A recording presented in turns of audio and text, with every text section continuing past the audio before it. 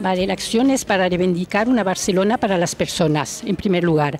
Quiere decir que queremos un habitache gratis, no queremos desdonament, queremos que se hable con las entidades, no queremos un ordeno y mando, no queremos la criminalización de la protesta, es decir, todo esto lo queremos dar en manifiesto a este señor del ayuntamiento, el señor Trías, porque parece que no se ha enterado lo que es ser alcalde de una ciudad.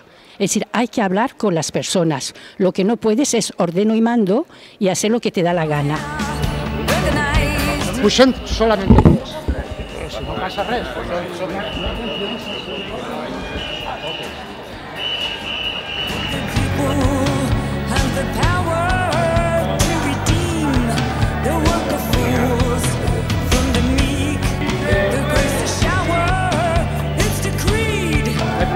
Nos ha rebut el senyor Trías. Li hem comentat el document, s'ho ha entregat. Hem parlat una mica de tot, però l'hem preguntat una cosa específica, per saber-ho, perquè si ho diem, tenir clar. La pregunta era, des de l'Ajuntament, el senyor Trías vol negociar, sí o no? La resposta ha sigut que sí.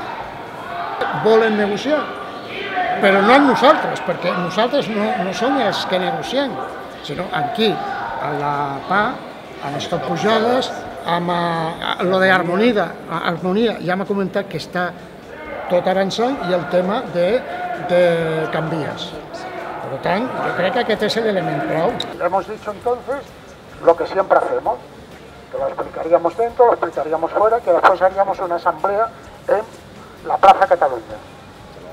Por lo tanto, si tengo que hacer un resumen, pues que ha salido muy bien.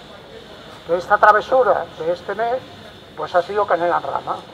Hemos conseguido los objetivos que teníamos planteado y que a partir de ahí seguiremos para adelante.